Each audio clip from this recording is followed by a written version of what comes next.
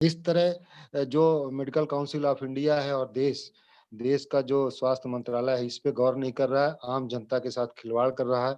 मैंने 2013-14 में एक आरटीआई रीवा के विंध्या अस्पताल के संबंध में लगाई थी कि इनको नर्सिंग होम देने का क्या एक नियम है।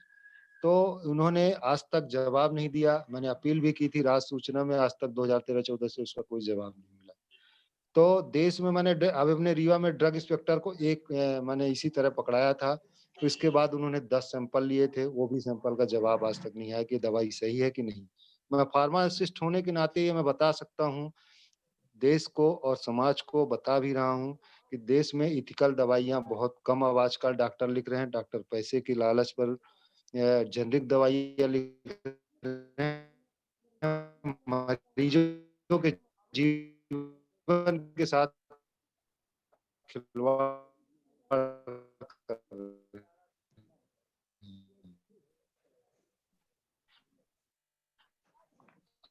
आप देखें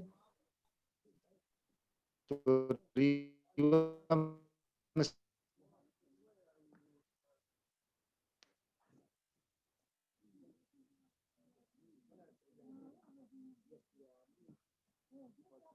नेटवर्क में, आपके नेटवर्क में कुछ इश्यू आ रहा है, बीच-बीच में आपकी आवाज़ कट रही है। जी सर, जो जिस तरह जेनेरिक दवाइयाँ आ रही हैं, डॉक्टर उस पे लिख रहे हैं एमआरओ के माध्यम से, आम आदमी की सेटिंग के माध्यम से, इसको रोका जाए, इसको सरकार को भी चिताया जाए। हमने कई बार पत्र भी लिखा है कि जेनेरिक दवाइयाँ बंद कर दी जाए, जिनका रेट भी बहुत है और जो मानव शरीर के लिए हार्मफुल है। एक चीज़ मैं बताऊँ आपको, ये जो आप जेनरिक कहने से नहीं रुकेगा और ऐसे नहीं जी, रुकेगा। इसमें जी, होगा ना कि उसको एक व्यवस्था है, व्यवस्था के तहत उसको आप उसको उसमें जो कमियाँ हैं, कमियों को आप जब बताएँगे सरकार के पास, जब ये शिकायतें जाएँगी, जब उसमें आप बताएँगे कि ये मेडिकल की उसकी जो मेडिसिन है उसकी एफिकेसी नहीं है, तो उसको आपको प्रूव करना होगा, उसकी जाँच रिपोर्ट आपको सामने लाना होगा, उसको उजागर करना होगा। और जब गवर्नमेंट को बार-बार जब ये कंप्लेंट जाएगी, तो गवर्नमेंट फिर उसमें पॉलिसी चेंजेज़ होंगे। ये पॉलिसी लेवल जी का सर। डिसीजन होता है। तो उसके लिए सिर्फ कहने मात्र से नहीं होगा कि हम ये कह दें कि आज की तारीख में इसको बैन कर दिया जाए, रोक दिया जाए और जेनेरिक दवाइयाँ सब खराब हैं, ऐसा नहीं होता है। अ, सर, मैंने अहमदाबाद की 2 कंपनियों के नाम, मैंने उनके सैंपल मैं भारत सरकार को मैंने दिया था, मैं पत्र भी व्हाट्सएप के माध्यम से भेज दूँगा। मैंने कहा था कि एक एक कमरे में ये दवाइयाँ बन रही हैं और मैं अपने हिसाब से यदि उनका रेट फिक्स करना चाहता हूँ, तो फिक्स कर देती हैं। मैं अपने हिसाब से दवाई का कंटेंट मैंने आयरन का कर दिया या कैल्शियम का कर दिया, न तो वो या दर्द की दवाइयाँ ट्रामाडोल डाल दिया या कुछ भी निमोसलाइड डाल दिया, वो बना के दे देते हैं सर। मेडिसिन के बारे में देखिए, ऐसा है कि जो थोक का जो मार्केट होता है, आप ये तो छोड़िए कि वो 2 कमरे में चल रहा है। आपको एक कमरे में जो बैठे रहते हैं वहाँ पे दवा बाज़ार में लोग, वो बिना जी किसी सर। ब्रांड की इतनी गोलियाँ लेकर बैठे रहते हैं और आप बताइए कि पैरासिटामोल और किस रैपर में पैक करवाना है वो, और उसके बाद स वो सर उस सर पैक होकर के मिल जाएगा आपको। जी सर, यही है सर। जेनेरिक दवाइयाँ यही कर रही हैं, जितनी मेरा भी कहना है कि वो कंपनियाँ जो हैं। चल रहा है उसकी भी अपनी व्यवस्था है। ऐसा नहीं कि कोई भी ये जो लाइसेंस बनता है मेडिसिन को ये चलाने के लिए, बनाने के लिए, तो वो भी एक व्यवस्था के तहत होता है।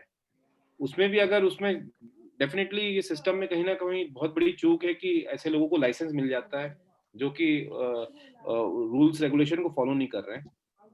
तो जैसा आप लोगों ने अभी नित्यानंद जी ने बताया ही कि ड्रग कंट्रोल इंस्पेक्टर जो थे वो है ही नहीं, इंस्पेक्टर ही नहीं है उनके पास स्टेट लेवल पर। तो दिक्कत जो हैं सर वो काम नहीं कर रहे हैं इस स्तर और पर है। जो हैं जैसे एक रीवा में मुकेश अडायू करके थे, वो काम नहीं कर रहे थे। मैंने उनको लोकायुक्त में ट्रैप कराया था सर 10,000 में, हुँ, 10,000 दे करके। काम तो काम तो कर इतनी रहे थे तभी तो ट्रैप हुए। जी सर, लोकायुक्त में ट्रैप हुआ। उनको मैंने मेरे मेडिकल स्टोर के लाइसेंस के लिए मैंने उनको मेरे से घूस माँग रहे थे, मैंने ट्रैप भी कराया 13-14 में सर।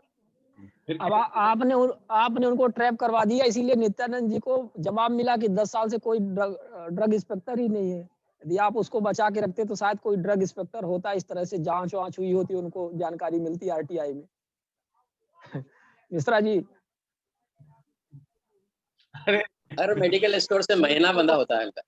वो सर फार्मास्यूटिकल समाज के लिए हितकर नहीं है सर। ऐसे लोगों को तो जाना ही चाहिए, क्योंकि दवाई बेचना, खरीदना और डंप करना या स्टॉक रखना ड्रग इंस्पेक्टर की जिम्मेदारी है बेसिक, कि वो तो किस तरह का ड्रग्स किसको चाहिए दवाई? आप सोचिए ना कि कोई आदमी मतलब ने जो अपनी मौत से जूझ रहा हो, जिंदगी के लिए लड़ाई कर रहा हो, वैसे व्यक्ति गरीब मतलब ने बीमार व्यक्ति को दवाई की जरूरत होती है। इन सब चीजों में तो मुझे लगता है बहुत ही मतलब ने कड़ी कार्रवाई की जरूरत है। सही, आपने सही किया, ट्रैप करवाया। सर इसमें एक चीज रह गई है वैसे, क्योंकि ये हेल्थ इशू जीवन से जुड़ा हुआ मामला है, राइट टू लाइफ से, तो इसमें क्या धारा 7(1) का कहाँ उपयोग हो सकता है? एक थोड़ा सा प्रकाश डाल दें शॉर्ट में, सबको पता चल जाए। जहाँ ये विषय आपके सामने क्लियर है कि ये जीवन से जुड़ा हुआ है, और आपको अगर मेडिकल इमरजेंसी से रिलेटेड मैटर है, आपके अपने खुद की डॉक्टर दवाई का आप पेशेंट है, और आपको जैसे मैंने आपको बताया कि एज पर गवर्नमेंट रूल्स, जो पेशेंट चार्टर रूल्स के तहत आपको वो बहुत इंपॉर्टेंट है कि आपको ये जानकारी मिलना कि आपका लाइन ऑफ ट्रीटमेंट क्या रहा है, और डॉक्टर आपको नहीं दे रहे हैं।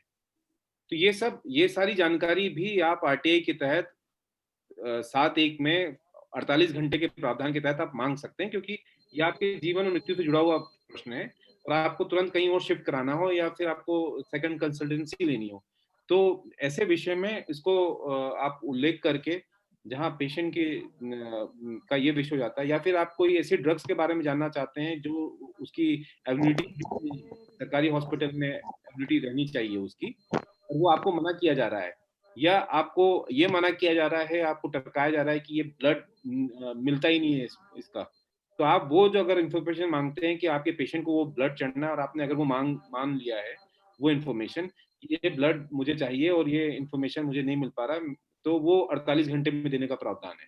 फिर उन सब में 48 घंटे लागू होगा। ये सारी इन्फॉर्मेशन जो है लाइफ सेविंग ड्रग के बारे में, ब्लड के बारे में, और पेशेंट की इंफॉर्मेशन कि पेशेंट का क्या लाइन ऑफ ट्रीटमेंट रहा, उसको अल्टरनेट ट्रीटमेंट के बारे में जानकारी जो होती है वो सब, ये सब जानकारी अगर आप मांगते हैं तो ये सारा प्रावधान अगर उसमें, लेकिन ये जस्टिफाइड होना चाहिए कि पेशेंट को जरूरी है वो रिकॉर्ड 48 घंटे में प्राप्त करना।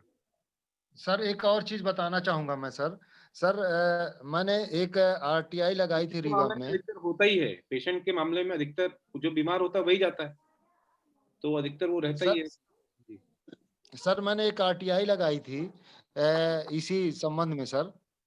हेलो जी हाँ, बताइए बताइए। सर मैंने लगाई थी, क्या शासकीय डॉक्टर शासकीय बंगले में या निजी नर्सिंग होम में प्रैक्टिस कर सकते हैं, इस संबंध में। तो